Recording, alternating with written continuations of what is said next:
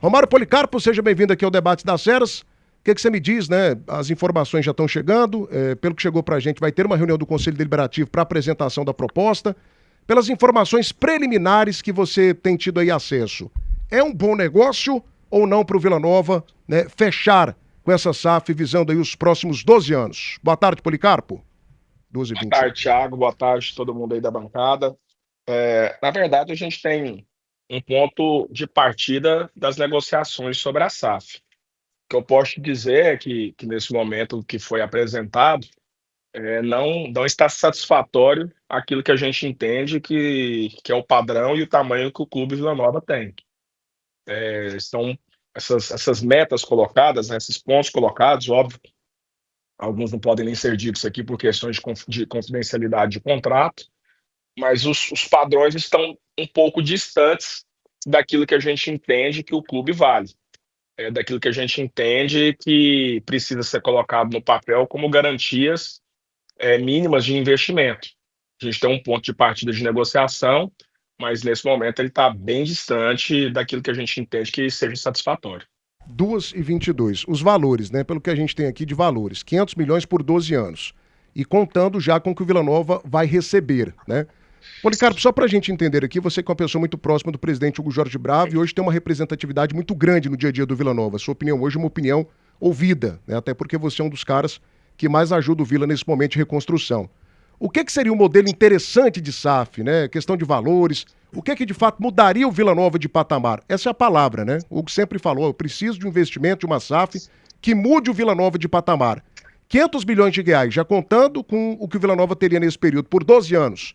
Mudaria o Vila de patamar, Policarpo? Olha, 12h22. essa é uma opinião pessoal minha, mas que talvez seja corroborada por boa parte do Conselho. Não é uma proposta que engloba todos esses valores quando você já pega a receita que é aquilo que o Vila tem para receber.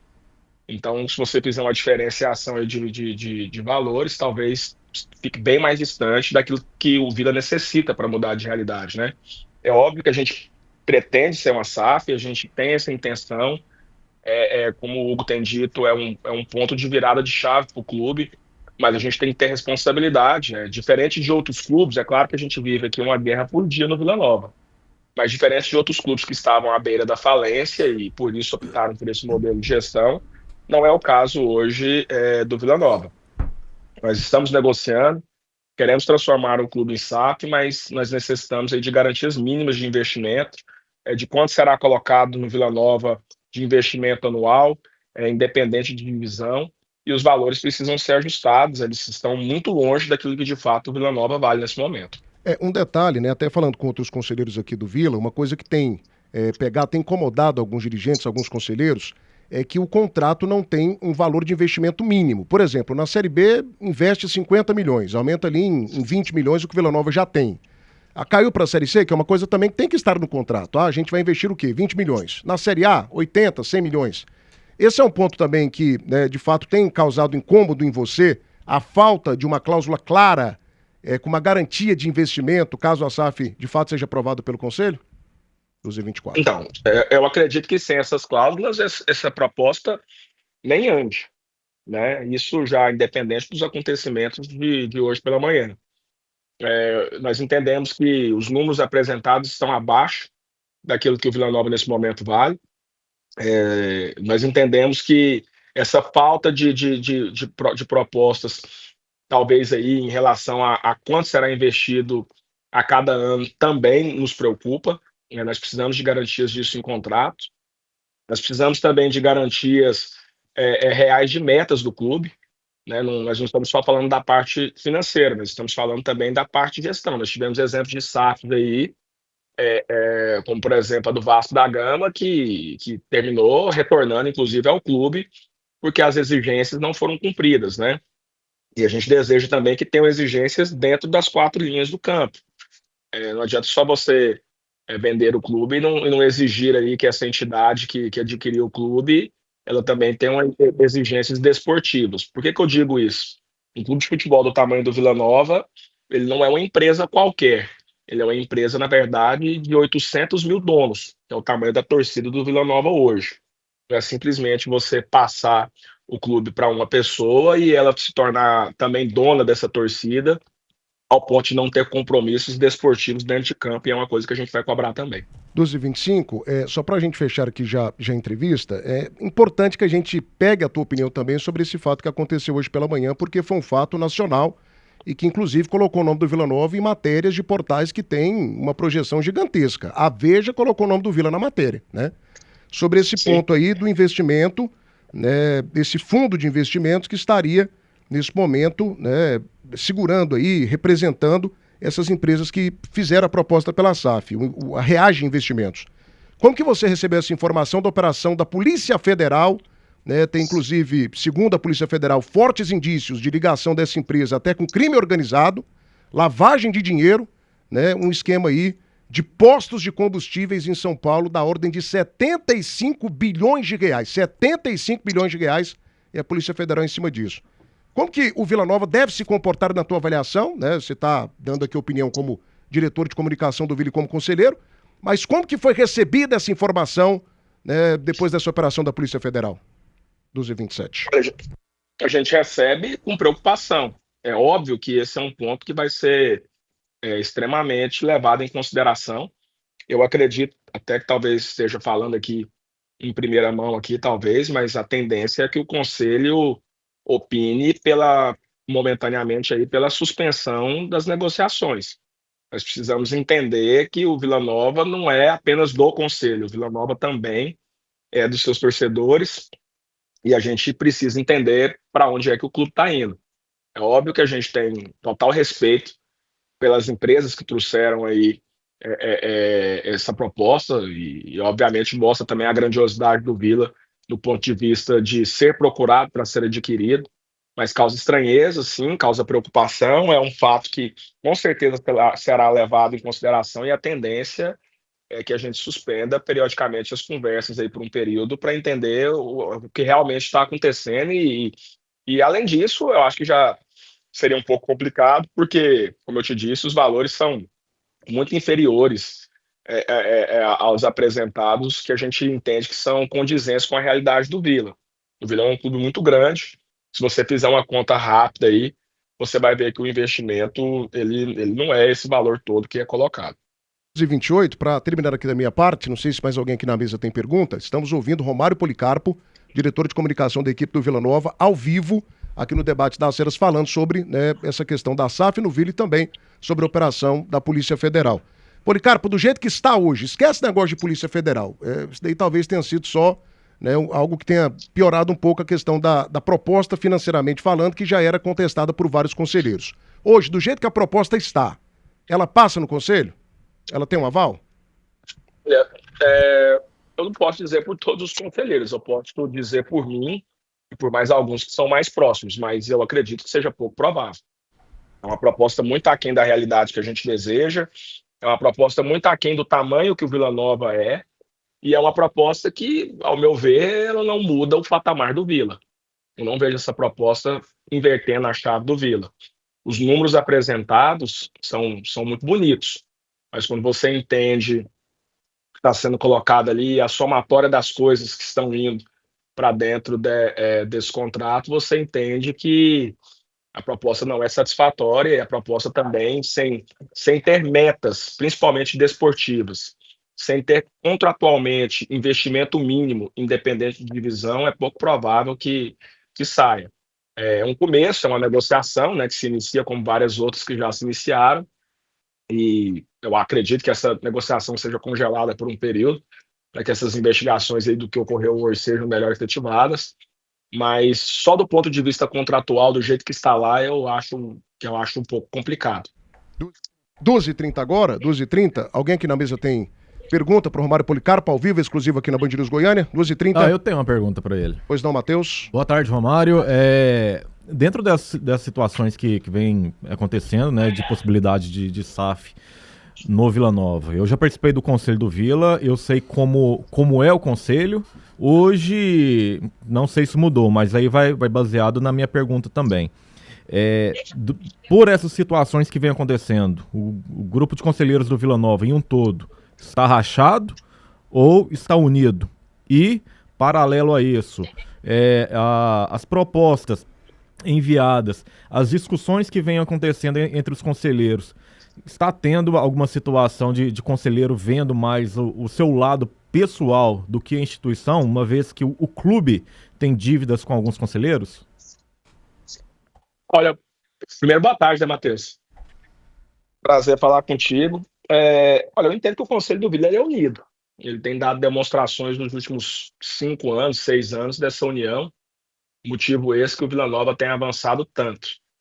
Eu não posso responder pelos outros e acho que essa pergunta ela é muito mais aberta aí e talvez essa pergunta tenha que ser feita ao presidente do Conselho, ao Décio, mas eu particularmente não acredito que isso esteja acontecendo. Eu não vi pelo menos sinais ainda disso, mas eu tenho certeza que a decisão que o Conselho vai tomar aqui será unida e por aquilo que for melhor pelo Vila Nova. É óbvio que essa proposta ainda precisa chegar no Conselho para ser analisada por todos, para que todos possam emitir suas opiniões. É óbvio que existem conselheiros que têm seus débitos aí, mas são pessoas que até o presente momento têm muito ajudado o Vila e que continuam, inclusive, ajudando o Vila em momentos complicados com aportes financeiros para que a gente consiga sair dessa crise. Então, eu não acredito que isso vai acontecer, até porque são torcedores, são amantes do clube, são pessoas que respeitam o clube e que também respeitam os outros membros do conselho. Então, acho um pouco provável que isso aconteça e não acredito que será assim. 12h32, Maestro Tim, você tem pergunta também? Tenho sim. Primeiro, boa tarde, meu amigo Romário Policarpo. Bom falar com você. Você deixou bem claro aí que, na sua visão, a proposta ela não é satisfatória. Aí eu queria saber, em relação na proposta está o investimento de 20 milhões para o Oba. Se isso seria suficiente para uma reforma boa, para realmente fazer o Oba um grande estádio aqui da nossa cidade. E principalmente, que seria uma proposta satisfatória em relação a valores e também em tempo de contrato, já que essa proposta está gerando em torno de 13 anos, em torno de 500 milhões. O que seria o ideal para o Vila Nova nesse momento, na sua visão? Primeiro, em relação ao estádio, eu não sei, acho que eu queria comentar isso com o Thiago. Em caso de acesso, existe um patrocinador disposto a investir quase esses valores aí na venda dos name rights do estádio do Vila. Inclusive, foi até uma negociação que passou por mim, né? Eu tenho esse patrocinador. Nós decidimos e optamos por não fazer nesse ano, porque como não houve o acesso, o Oba tem se tornado um grande fator para a gente nos jogos em casa. A pontuação que a gente tem alcançado na Série B, boa parte dela é graças à torcida e graças ao Oba, então por isso a gente ainda não efetivou esse patrocínio, esse desejo aí. A gente não consegue fechar o Oba jogando a Série B. Mas caso haja acesso, tem essa possibilidade sim, porque tem patrocinadores dispostos a isso. Então eu entendo que esse é um ponto de vista meu, pessoal meu, que esses valores aí são valores que poderiam vir por um patrocínio, né? Então, eu entendo que, sei lá, talvez isso não seja talvez o tão preponderante assim. Agora, o que muda, Tim, o Vila de Patamar é o dinheiro, um recurso, para que a gente consiga praticamente aí, dobrar ou triplicar a nossa folha de pagamento.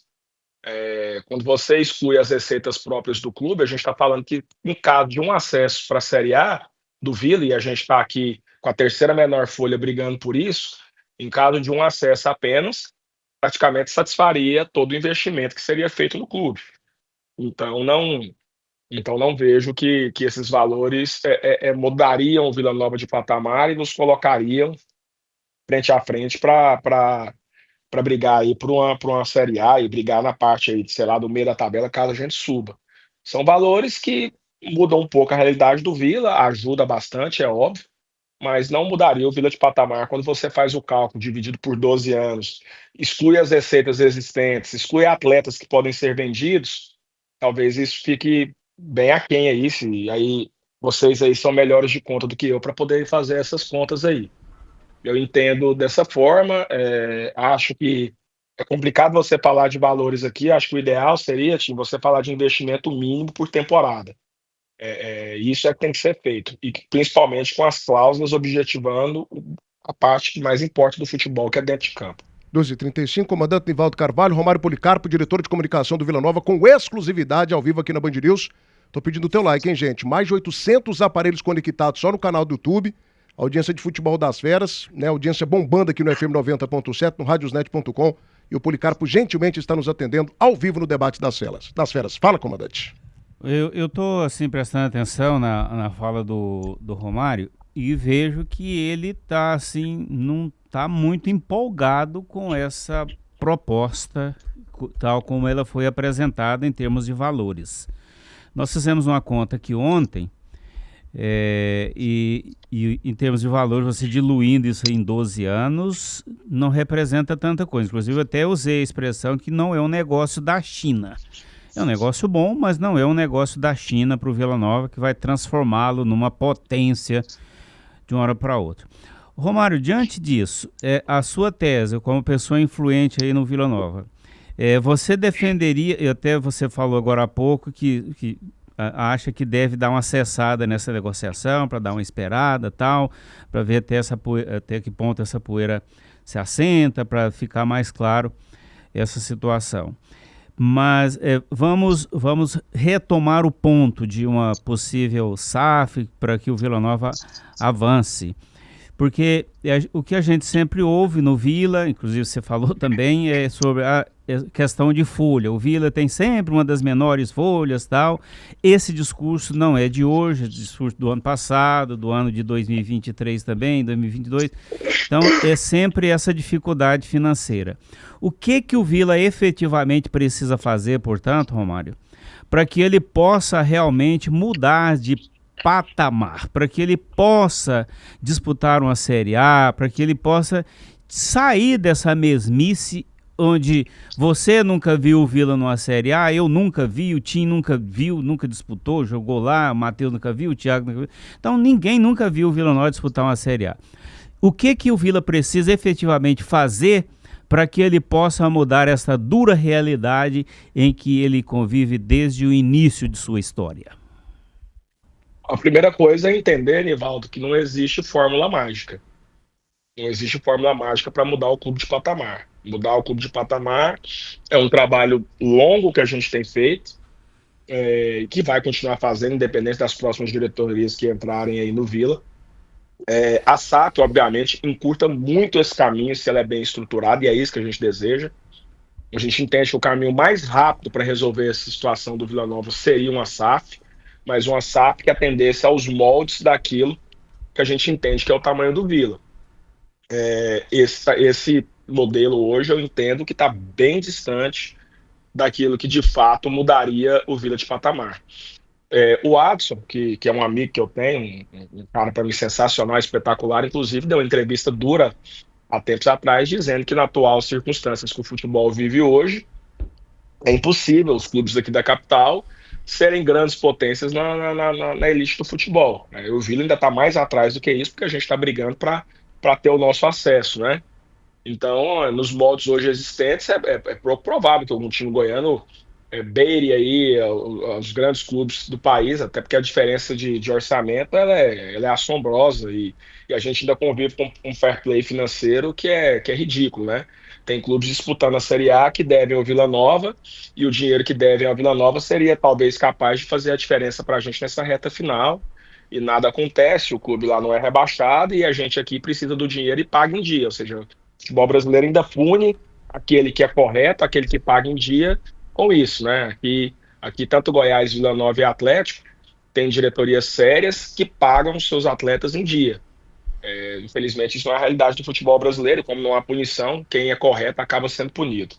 Agora, uma mudança de patamar do Vila, eu acredito que ela seria via SAF, sim, mas uma SAF estruturada, com metas, com investimento mínimo, prevendo ganhos dentro de campo, e hoje os valores apresentados eles estão muito distantes do que isso, porque eu entendo que a base do Vila Nova hoje, nos próximos 12 anos, somadas possíveis receitas, porque eu entendo que o Vila ainda não atingiu o teto do que ele pode atingir, né? Como o Hugo diz, talvez os nossos adversários sim, mas o Vila ainda não, estão muito distantes disso. Então, a mudança de patamar hoje passa por uma proposta que tenha mais garantias ao clube e não tantas coisas, não vou dizer nebulosas, que nebulosa seria um termo ruim, mas coisas que não ficam claras, né?